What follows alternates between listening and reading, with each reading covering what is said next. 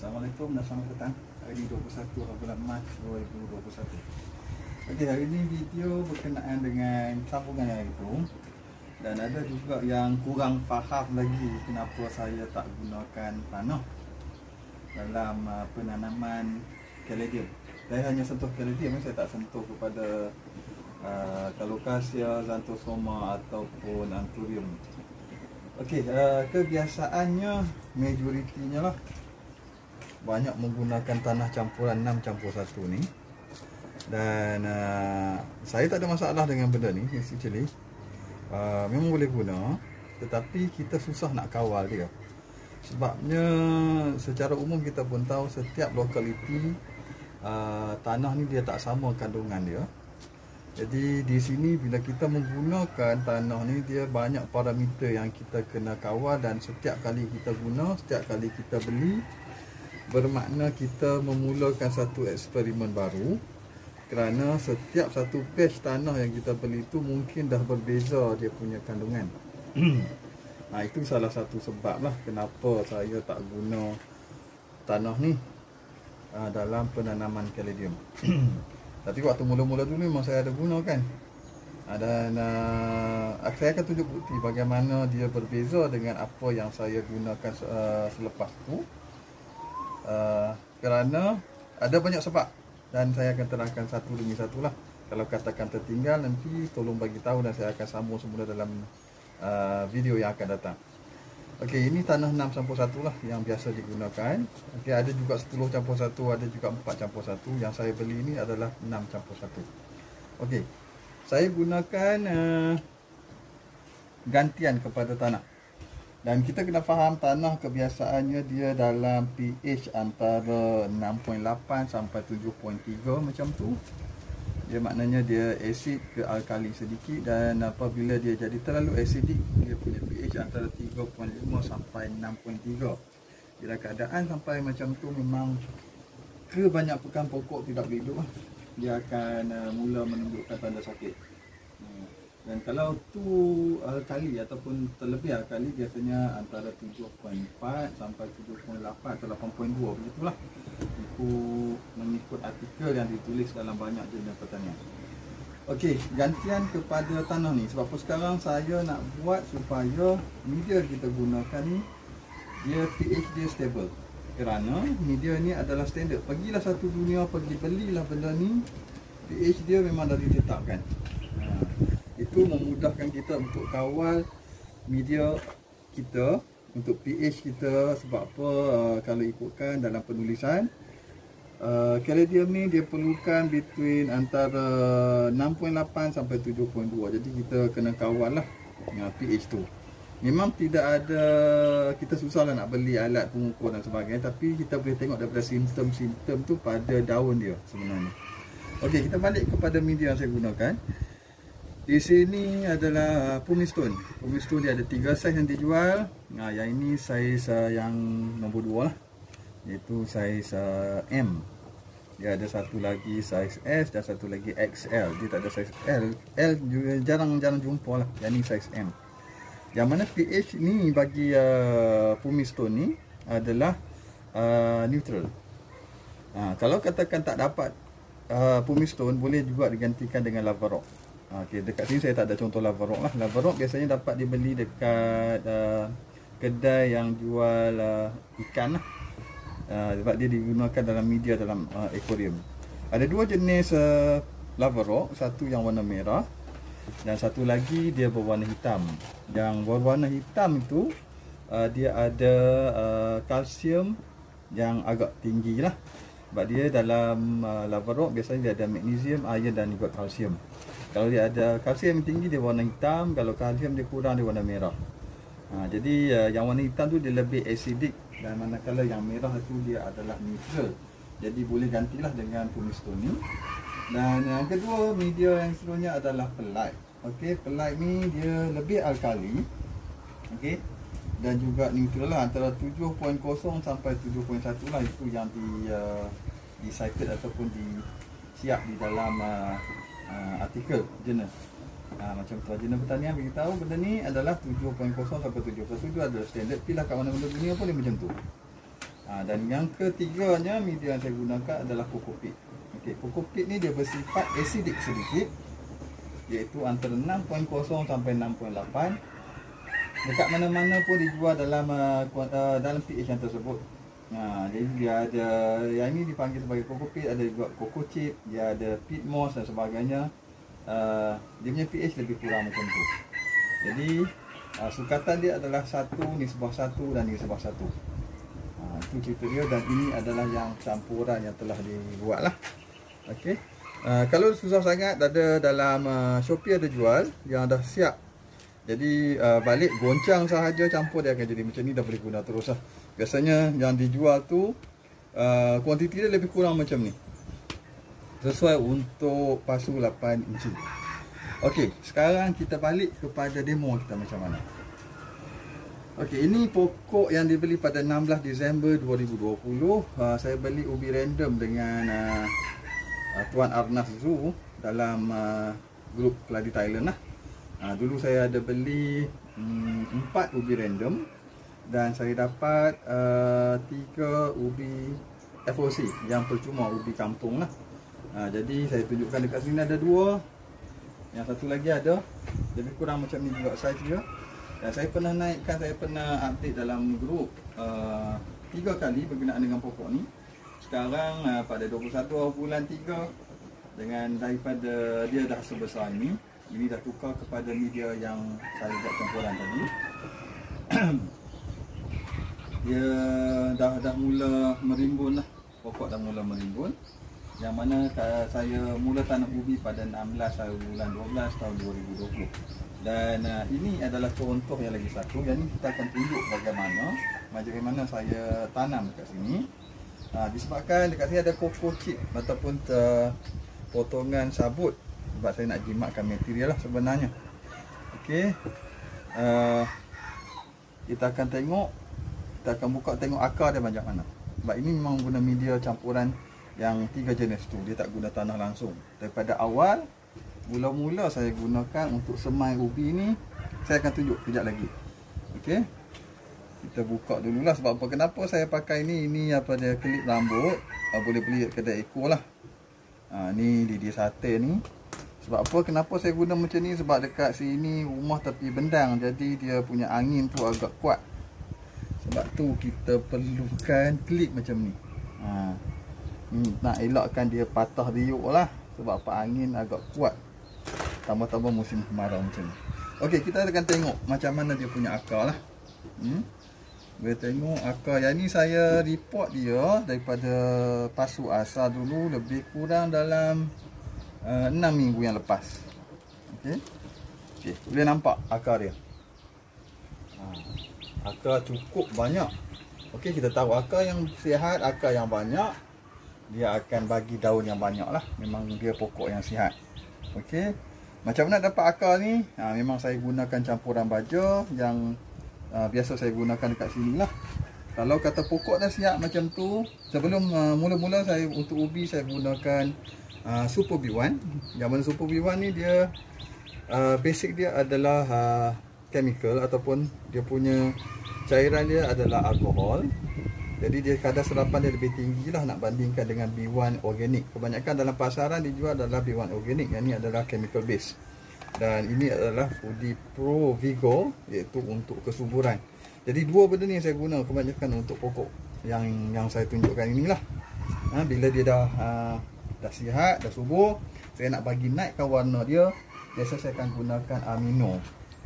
Amino untuk naikkan warna dia. Untuk ubi kampung ke ubi hybrid ke, semua saya guna sebenarnya untuk amino ni. Dan selain tu saya ada gunakan Foodie TE Trace Element. Yang ni untuk lagi besarkan daun, okey, dan cepatkan proses kesuburan tu lah. Dan untuk kalsium adalah untuk menguatkan dia punya batang dia, serta untuk tebalkan struktur daun dia, jadi dia daun akan boleh tahan lebih lama. Jadi dari pokok yang asal ini sebenarnya dia setakat ni hanya 2 saja daun yang buruk. Daripada 16 Disember hari tu sampai hari ni hanya 2 je daun yang buruk sebelum ni. Okey, jadi macam mana kita nak report? Okey, nak report, Kita dah buat campuran ini satu. Okey, satu. Jadi masukkan je lah. Kalau nak jimat, tambahkan dengan kokocik ataupun serbuk potongan sabut ini lah, ataupun boleh guna juga kumis tu yang lebih besar untuk nak jimatkan. Dia letak dekat base dia, sebab yang ni dah memang cukup cabut saja macam tu ya, dengan akar yang banyak tu, just tanam macam ni lah. Okey.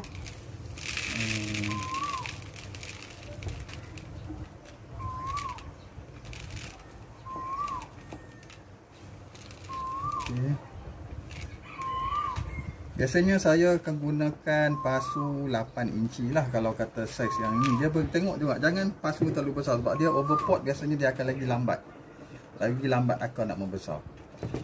Biasa 8 inci, ataupun yang ini yang dah tukar ni adalah 10 inci. Jadi biasanya saiz itu jarang saya guna lebih daripada tu. Okey, dah tengok melentok dan sebagainya, biasalah. Jadi kena kemaskan dia balik. Kalau tak kemas pun boleh, tetapi kita dia dekat sini dengan angin kuat dan sebagainya, saya tak nak lah. Jadi saiz dia dekat sini, klip ni ada 3 saya kata. Okey, klip ni ada 3. Kita tengoklah kepada batang daun ni besar mana. Okey, macam tu lah. Sebab saya ni tengok tak kemas ni saya rimas. Itu satu benda yang saya tak boleh tengok lah. Jadi saya akan buat bagi dia kemas bagi elok. Okey, macam tu kurang lebih. Ada lagi satu.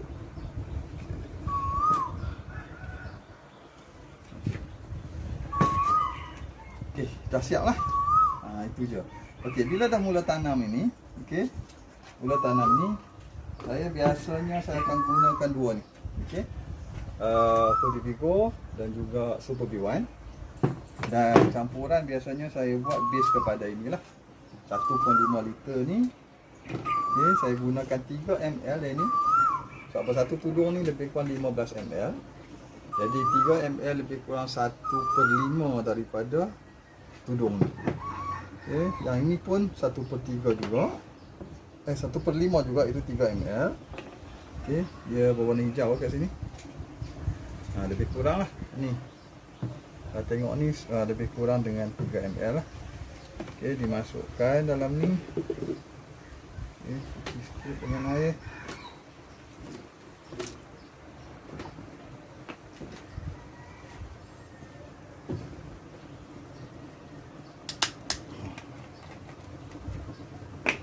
Okey, kalau tengok B1 ini, dia warna kuning. Kalau kebiasaan dijual dalam pasaran tu dia berwarna hitam lah, sebab apa tahu, itu biasanya dia ada bau sikit, itu biasanya organik. Jadi 1/5 ataupun 3 ml lebih kurang macam tu sajalah. Okey, macam tu.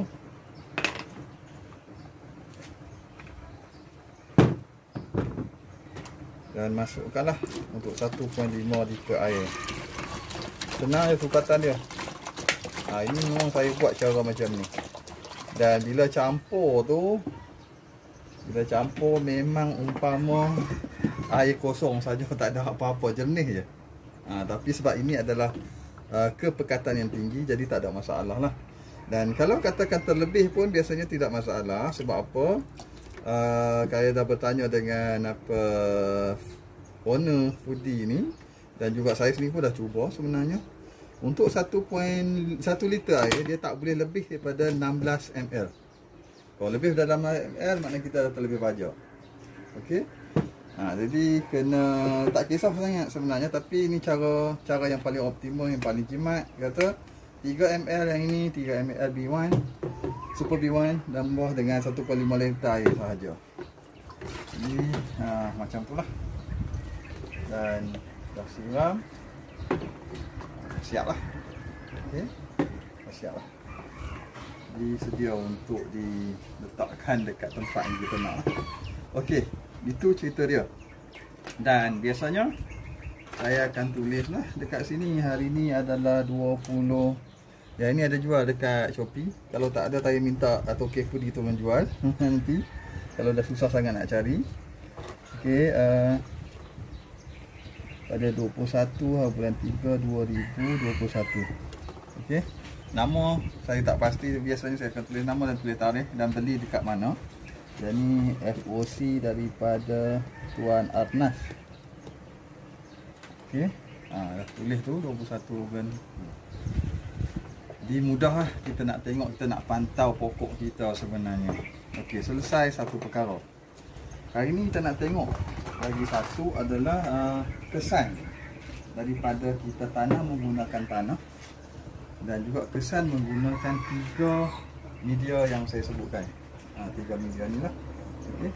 3 media iaitu punis, pelat dan juga kokopit. Tadi saya dah tunjuk contoh yang pokok yang ini. Yang ini saya gunakan tanah 6 campur 1 dan saya tambah pelat kononnya nak bagi lebih poros. Okey. Pokok ni saya pernah update.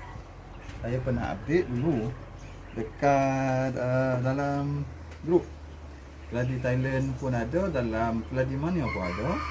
Saya beli ni pada 5 hari bulan 12 tahun 2020.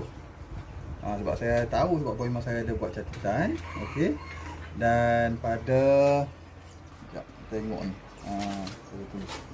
Pada 21 minta maaf, saya beli pada 21 Oktober 2020 dan pokok mula matang pada 5 Disember 2020. Saya ada update dalam grup sebenarnya tentang pokok ni. Memang cukup subur waktu tu. Waktu mula matang tu saya gunakan hanya 2 campuran, iaitu kokopit dan juga pelat. Kemudian sebab dia semakin besar dan merimbun besar, saya tukar pada 15 awal Januari 2021 dan saya update dalam grup pokok ni cukup rimbun pada 15 Januari 2021. Boleh tengok dalam grup memang ada. Okey. Kenapa dia jadi macam ni? Satu, sebab apa, tanah dah cukup padat. Memang kalau tekan memang cukup padat lah. Tengok saya tekan ni pun memang susah nak masuk. Memang susah nak masuk sebab dia cukup padat. Dan dia akan nampak kesan dia. Okey, nampak dia mula berasid lah. Dia akan nampak daun ni dekat hujung-hujung ni dia akan mula buruk. Biasanya dia akan mula dengan hujung sekali, dia akan jadi buruk dan dia akan merebak lah. Dia kalau keadaan yang lebih teruk, dia akan jadi sakit. Saya ada masukkan dalam artikel di grup juga. Okey. Sakit dia itu keadaan yang lebih teruk lah. Dan cara rawatannya biasanya dia letakkan dengan kapur lah, sebab apa, dia dah terlalu asid. Bila dalam keadaan macam tu, pokok daun dah mula mati, dah semakin banyak mati. Dulu penuh ni daun dia. Okey. Sekarang dah tinggal 2 aja yang segar. Yang lain semua dah tak ada dah. Jadi kita akan bongkar apa yang ada dalam ni. Biasanya okey, akar dah mula reput, bila tanah ni dah mula berasid. Sebab tu ramai yang rasa give up. Tanam, dia kata dalam 2 bulan, 3 bulan dia akan jadi macam ni. Dan ini bukti dia. Saya sendiri pun tanam pada 21 Oktober. Pada bulan Februari dia dah mula kurang daun lah. Dan sengaja saya biarkan, saya tengok sampai setakat mana. Bila keadaan ini kita tahu akar dia reput, akan semakin kurang. Tetapi yang akan besarnya adalah ubi dia. Itu kalau kita gunakan campuran tanah lah. Okey, sebelum saya teruskan ini, ada yang bertanya dalam soalan, dia tanya kena tak berasid ke guna kokopit? Sebab apa? Ramai kalau dalam pembacaan tu orang kata kokopit ni berasid. Ya, betul, dia akan berasid. Tapi cara cuci dia mudah saja, iaitu dengan kita alirkan air. Kita basuh biar air tu bertakung dan dia release, kita basuh lagi dan basuh lagi, dia akan hilang keasidan dia. Dan ada bertanya, boleh tak ganti dengan sekam padi? Sekam padi ni bukan tak boleh guna, boleh. Dia punya acidic dia lebih kurang macam mana dengan kokopit. Tetapi kalau dia terlalu asid, cerita dia nak cuci agak susah. Kita kena cuci dengan air kapur. Jadi saya ni malas lah nak buat benda-benda macam tu. Kita boleh cuci tetapi dengan menggunakan campuran air kapur. Sebab tu ada yang banyak dia kata dia tak nak guna kokopit, nak guna sekam padi, boleh, tetapi pada satu tahap dia akan jadi terlalu acidic. Okey, tak apa, kita teruskan dengan yang ni. Kita nak tengok, kita nak bongkar tanah ni. Okey. Okey, apa yang berlaku boleh tengok sendiri. Dulu memang beli anak tisu sahaja sebab setahu saya ini ID dia Sweetheart. Okey. Rasanya ini daripada inilah China punya inilah pokok daripada China. Saya beli tak mahal pun, dalam RM18 sahaja waktu tu, bulan 10 lah. Sekarang saya rasa tak dapat dah, dapat RM18, paling kurang pun RM30. Kalau rasa paling murah pun pokok RM25 lah. Tu pun pokok kecil sahaja. Okey.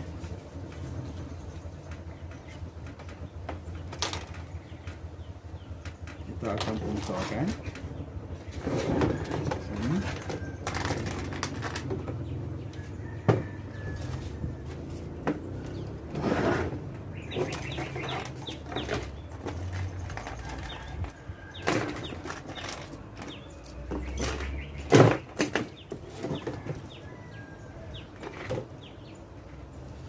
Okey.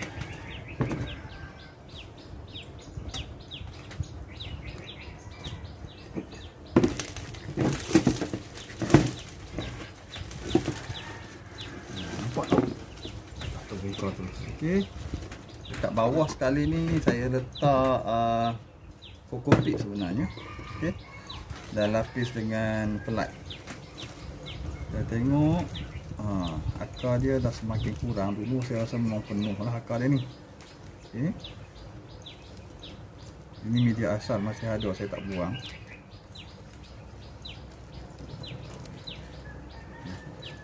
Yang ni masih ada akar lagi. Kalau katakan daun tak ada terus tu, biasanya akar memang dah tak ada langsung lah. Akar agak banyak disebabkan dia masih ada kokopit dekat sini. Kalau katakan tanah betul, memang dia tak ada apa lah. Boleh tengok, memang dia jadi kosong terus, akar dah mati terus. Okey, dulu anak tisu sahaja.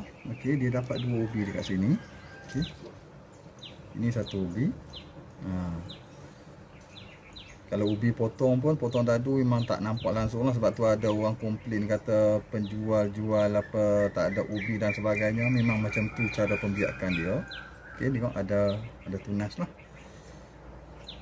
Sebab kita nak beli keladi ni, nak tengok daun, bukan kita nak makan ubi dia. Janji kalau pokok tu boleh hidup subur, tak ada masalah.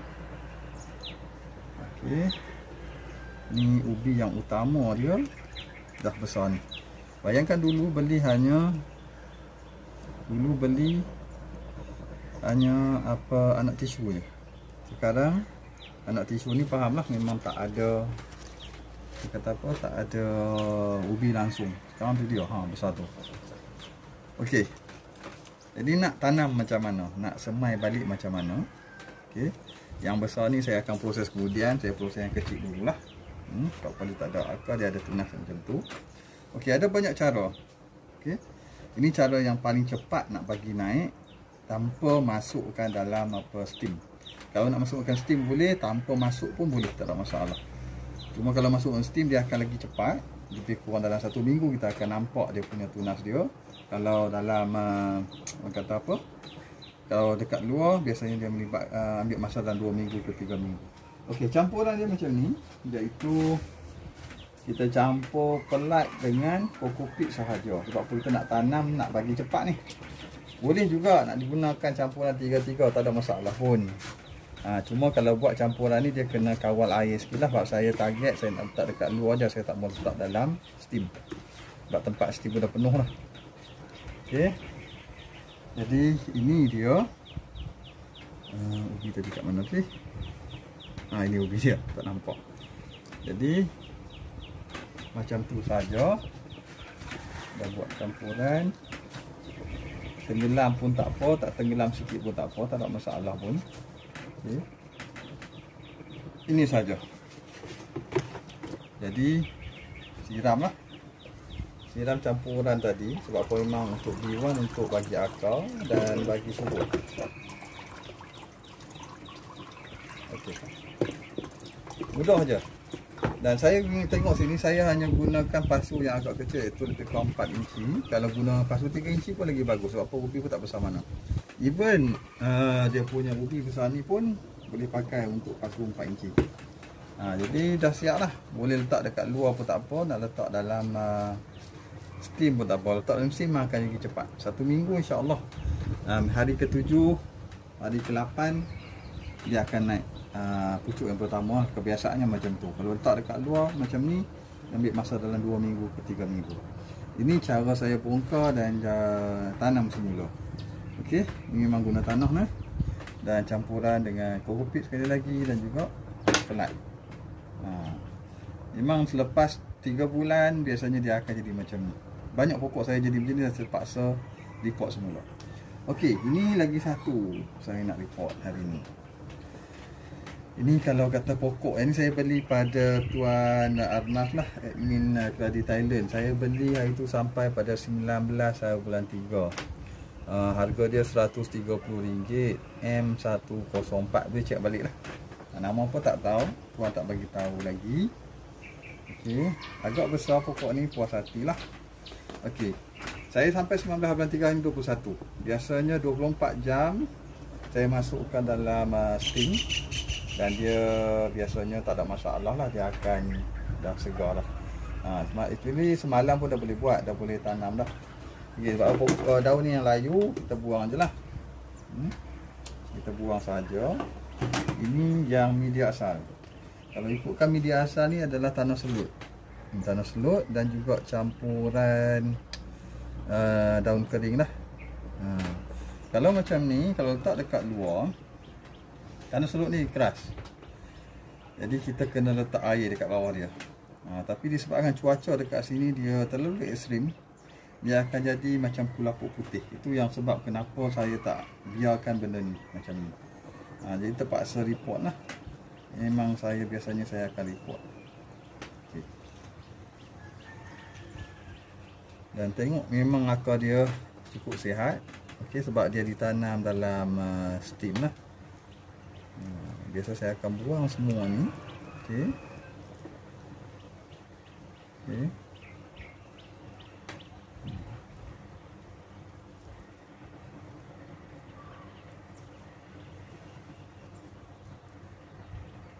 Okey, dah buang semua ni. Biasa saya tak basuh pun. Kalau nak basuh lagi baguslah. Biasa saya tak basuh pun. Sebab saya tak nak terlalu merosakkan akar dia ni. Biasa saya buang yang tinggal yang seminimum mungkin lah. Tapi kalau ada tanah liat ni, tanah selut ni memang kena buang habis. Kalau ada setengah tu dia memang banyaknya daun kering lagi mudah lah. Dan memang dia tak ada ubi lah. Pada saya tak ada masalah, asalkan pokok dia segar, ada daun tu dah okey. Jadi nak tanam kita tengok pokok besar, pasu kecil. Pokok besar, pasu kecil. Jadi saya nak guna balik pasu ni, tak ada masalah. Sebab dia bila pasu kecil dia akan lebih mudah untuk dia naik akar. Jadi yang ni sebab pokok dah besar, okey, pokok dah besar. Saya akan gunakan campuran yang biasa lah, satu untuk.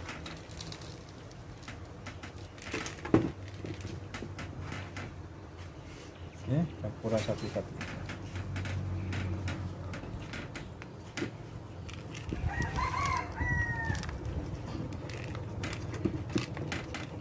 Dan seperti biasa kita letak ini dan klip rambut.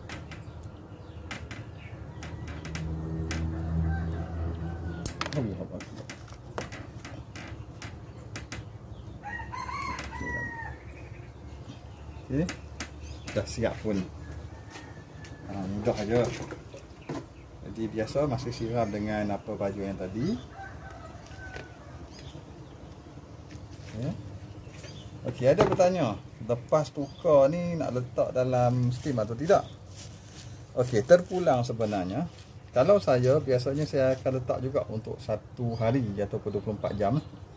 Saya akan letak 24 jam. Kemudian kalau katakan masih dia agak layu sedikit, biasanya saya biarkan dalam 24 jam ataupun biasanya 3 hari lah. Kalau letak lagi lama, lagi cepat dia stable. Kalau tak stable kita keluarkan pun boleh, tetapi dia lambat sedikit lah untuk nak naik pucuk yang baru. Jadi kalau nak cepat, memang letak dalam steam, tapi kena ajar dia balik untuk berada di luar macam mana. Kena release sedikit demi sedikit, lebih kurang dalam 1 minggu kita terus letak dekat luar. Bila dia dah naik 2 daun atau 3 daun, biasanya saya akan tukar kepada pasu yang lebih besar sikit. Yang ni 3 inci, mungkin lepas tu saya akan tukar kepada 4 inci. Tengok dia rimbun lagi, saya akan tukar kepada 6 inci. Itu kebiasaan yang saya buat lah. Saya tak tahu, setiap orang ada teknik masing-masing, tapi itu cara yang saya buat. Kebiasaannya sebab tu dalam posting selalu saya bagi tahu pokok saya muda lagi. Kebanyakannya dalam 7 minggu ke 16 minggu sahaja. Sebab apa, yang betul-betul serius yang geladi ni dalam tempoh 4 bulan saja. Jadi kita boleh tengok yang telah di report. Yang ni tunggu masa untuk dikeluarkannya lah. Ini semua menggunakan media yang dimasukkan. Yang ni dah report. Yang ni letak pasu besar sikit. Sebab apa, dia punya akar cukup banyak. Dah tukar 2 kali dah. Dah tunggu masa ni untuk diletakkan dekat luar. Tengok akar dia. Ini adalah hasil yang saya pakai baju tadi lah. Ini baru dalam 2 minggu. Cuba bayangkan 2 minggu dah akar macam ni. Memang cepat lah. Sebab apa, macam saya katakan, sebab dia guna alcohol base. Jadi alcohol base memang cepat, dia serapan yang cukup tinggi. Jadi dia dah stable, memang dah boleh tukar pasu, dah letak dekat luar dah. Sebab dia cukup segar dah. Ini 2 minggu sahaja. Sebab 2 minggu lepas memang dapat pokok juga daripada Tuan Anas. Jadi ini hasil dia lah sekarang. Boleh tengok hasil dia. Akar yang cukup banyak. Ada tulis dekat sini. Okay, ada tulis kat sini. Saya 2 minggu letak dalam ni. Selepas saya tukar yang buat kali kedua. Pokok ni dapat pada 17 hari bulan 2. Dah tulis kat ni 17 hari bulan 2. Ni dah 2 kali tukar pasu. Ni dah masa yang sesuai untuk saya keluarkan terus lah. Memang saya tak tukar pasu dah sampailah dia dah naik daun yang baru. Okay, yang lain pun saya umum macam tu lah. Yang ni pokok yang baru dapat daripada medium limb. Asalnya dalam 5 hari lepas, tapi saya belum tukar sebabkan hari tu sampai dia agak layu sikit. Rasanya sampai hari Selasa hari tu atau hari Rabu saya tak tukar lagi. Sebab dia agak lemah. Hari ni tengok baru dia okey. Saya akan tukar ikut cara yang sama. Okey, ada yang bertanya kenapa saya tak guna. Saya bukan nak condemn baju ke apa semua. Sebab apa, dia actually kena faham bila mana media back to square dia mesti between antara 6.8 sampai 7.2 macam tu. Itu yang kita kena pastikan. Dan kita kena tahu baja tu pada kandungan dia macam mana. NPK dia, nitrogen, fosforus dengan kalium dia macam mana. Jadi untuk subur biasanya N dengan P tu agak tinggi dan K dia memang rendah. Kalau katakan untuk bagi ubi yang besar, kita perlu K yang agak tinggi lah. Sebab tu kata waktu bila ada yang beli yang ini, yang ni Foodie Pro Bloom. Yang ini sebenarnya kalau untuk pokok bunga dia akan berbunga. Kalau pokok yang berubi dia akan besarkan ubi. Jadi waktu bila yang sesuai, bila pokok dah stable macam ni, kita nak bagi besarkan ubi dia. Okey. Dan dalam masa sama kita nak bagi naik anak. Jadi dia campuran dia boleh campur 3 dah. Itu Foodie TE dan juga Pro Bloom. Dan lagi satu, kalau nak tambah boleh juga tambah kalsium yang mana dia akan mengekalkan daun tu lebih lama. Kalau nak naikkan warna, kita gunakan amino. Okey, gunakan amino. Amino ni kalau katakan dekat ada petua daripada orang Thailand, dia kata menggunakan susu masam. Susu masam dia campur lah dengan biasanya dengan mungkin dia campur, ada juga yang campur dengan 100 plus, ada campur dengan apa dia Red Bull dan sebagainya untuk ada fermentation, pemerapan. Itu yang menghasilkan satu keasidan yang mana dia akan membantu untuk warna tu naik. Contohnya siapa yang beli Saikul, Saikul yang hijau tapi dia nak bagi naik warna. Jadi kalau dekat Thailand dia pesan gunakan daun asam jawa ataupun dengan lemon, perahan lemon. Tapi banyak yang guna dia feel pokok mati sebab apa, dia terlalu berasid. Jadi kena anggaran tu perlu sesuai. Jadi untuk elakkan benda tu, sebab tu yang kata saya tak pandai nak buat anggaran sebab dia organik. Jadi susah. Jadi sebab tu saya kata saya menggunakan terus amino. Sebab apa, benda yang kita nak buat tu pun nak bagi jadi asid, jadi masam. Sebab tu dia gunakan susu masam dan sebagainya. Pengganti yang lain adalah lemon dengan daun pokok asam jawa. Jadi agak susah untuk kawal, sebab saya gunakan amino terus. Ini substitute lah, substitute kepada basic. Okey, ada soalan daripada Puan Salawati Syala. Apa sebab batang keladi melentok tak tegak? Apa yang kurang? Okey, kalau ikutkan saya ada baca dalam grup Thailand lah, yang mana diorang tanam dalam steam, diorang tak siram pokok. Sebab apa? Dekat bawah tu dah ada air. Jadi air tu dia serap daripada bawah, sebab tu yang daunnya jadi tegak. Sebab dia lagi satu persekitaran jugalah. Kalau katakan dalam persekitaran tu memang cukup sesuai untuk keladi. So kita kena tahu keladi ni dia punya asal dia biasanya banyak dekat tepi sawah ataupun air kumbahannya dekat kampung. Jadi benda tu dia serap air pada bawah. Jadi daun tu tegak, dengan angin tidak ada apa semua, cukup tegak, cukup cantik lah. Tetapi ada juga dia melentok tu biasanya dia nak cari cahaya matahari. Sebab cahaya matahari tak cukup, sebab tu daun dia agak dia melentok. Jadi untuk elakkan benda tu paling senangnya kata, sebab kita siram pada atas. Jarang-jarang kita letak pinggan ataupun takungan dekat bawah. Letak takungan bawah lagi bagus lah, dia tak perlu siram dekat atas. Tapi dia ada kelemahan lain pula, dia akan timbul masalah lain pula kalau letak dekat luar. Jadi nak elakkan tu, saya guna pengepit ni lah dengan lidi. Itu lebih mudah. Jadi kita yang kawal dia punya pertumbuhan dia. Saya harap dah dapatlah jawapan tu. Ya. Okey, jadi dekat sini saya simpulkan balik. Kenapa saya tak guna media yang kebanyakan orang guna, macam menentang arus juga. Tapi saya bagi tahu sebab kenapa saya tak guna. Kena ingat tanah yang kita beli biasanya locality berbeza, jadi kandungan di dalam tanah tu pun berbeza. Sebab tu saya gunakan yang lebih standard. Dekat dunia mana pun kita pergi, 3 barang yang saya sebut tu dia punya pH dia sama. Sebab kita nak perlu kawal pH dalam tanaman kita. Dan kenapa? Kena ingat, ada lagi satu petua. Sebelum saya terlupa, ada orang kata nak siram pokok jangan guna air paip. Sebab apa? Dia ada klorin. Bila klorin, okay, dia Cl dia negatif. Jadi dia more kepada alkali.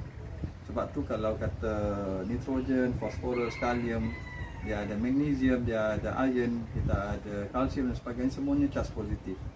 That's why kadang-kadang bila sukatan tak cukup dengan Cl negatif daripada air paip yang kita gunakan, that's why dia macam neutralkan sahaja. Jadi tak ada kesan kepada pokok.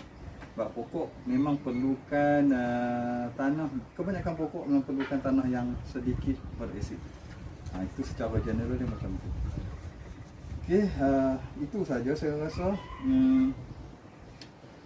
Mungkin lepas ni kita akan sentuh bab lain pula. Okey, saya rasa dah 3 kali saya sentuh bab media, bab baja.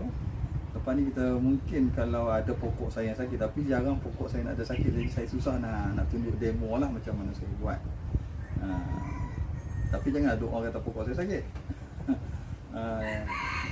Tapi setakat ni memang semuanya pokok sihat, tak ada masalah lah dalam tempoh 4 bulan ni. Jadi saya tak tahu nak ambil contoh dekat mana. Tapi mungkin juga nanti boleh komen nanti kalau saya upload nanti keadaan daun tu atau pokok tu. Mungkin saya cuba carilah, insya-Allah saya cuba jawab balik apa masalah tu. Saya bukanlah seorang botani, tapi saya suka mengkaji dan saya cuba sesuaikan dengan keadaan persekitaran kita untuk dapatkan satu result yang terbaik. Saya harap tak ada lagi lah yang kecewa nak give up tanam pokok keladi ni sebagai tanaman hiasan. Sebab apa? Actually mudah saja. Dan lagi satu, orang tanya kenapa tak guna yang NPK sama? Okey, contohnya dia punya ratio dia 12, 12, 12, 15, 15, 15 ataupun 20, 20, 20. Contoh dia adalah macam Osmocote. Osmocote ni dia bagus sebenarnya. Sebab apa? Dia boleh tahan sampai 3 bulan sampai 6 bulan. Tetapi sebabkan dia punya kandungan tu adalah sama, jadi dia hanya untuk kesuburan sahaja. Dan kalau lebih guna semokok, tetapi kita siram kurang, air kurang, dia akan merosakkan akar. Sebab apa? Dia nak serap air dalam pada media, ataupun kalau pada media tak cukup air, dia akan serap air daripada akar, jadi akar akan reput. Dia kan, sebab tu orang kata ia panas dan sebagainya. Sebenarnya sebab apa? Dia serap air untuk dia jadi untuk bertindak kepada media tu, dia perlu serap air baru dia terurai. Tanpa air cukup, dia tak boleh terurai dengan baik. Itu kena faham. Jadi lagi satu, orang tanya, baja nak siram ke nak sembuh? Okey, kalau nak sembuh, tak kira sembuh baja atau sembuh racun, pokok kena basahkan daun dia, batang dia dan juga media. Selepas tu terus sembuh. InsyaAllah memang dia tak akan ada chemical burn, akan daun terbakar dan sebagainya. Itu masalahnya. Itu adalah kata apa, memang rule dia, syarat dia macam tu kalau kata nak sembuh. Tapi sebab pokok saya pun tak ada sampai beribu lagi, saya mampu untuk siram. Saya lebih suka siram pokok keladi ni dengan air baja. Biasanya kalau dalam pasu yang 8 inci ni ataupun 10 inci, sekarang ni biasanya satu cawan. Satu cawan air untuk satu pasu lah. Saya lebih suka kawal macam tu. Dan hanya sebulan sekali ataupun 2 bulan sekali baru saya siram, pagi basah dan saya sembuh dengan racun. Bak racun tu saya ada pernah naikkan dah penyakit-penyakit dan racun apa. Sepatutnya ada 9 siri. Tulisan dia saya tu baru habis 5. Tengoklah ada semangat sikit, ada masa sikit, saya akan sambung balik bab-bab penyakit tu dengan racun yang dia guna. Dan saya fokus kepada racun kimia. Biasanya racun kimia yang digunakan tu adalah racun sayur-sayuran lah. Memang dia selamat digunakan, memang dia kelas 4 dan maksimum kelas 3 sahaja. Kalau racun organik ada ramuan dia, tetapi kita kena rajin lah untuk nak sembuh. Tapi saya rasa saya tak mampu sembuh macam tu. Okey, saya rasa itu saja untuk kali ini. Sampai berjumpa lagi lah, insyaAllah di masa hadapan. Okay, Assalamualaikum dan selamat petang.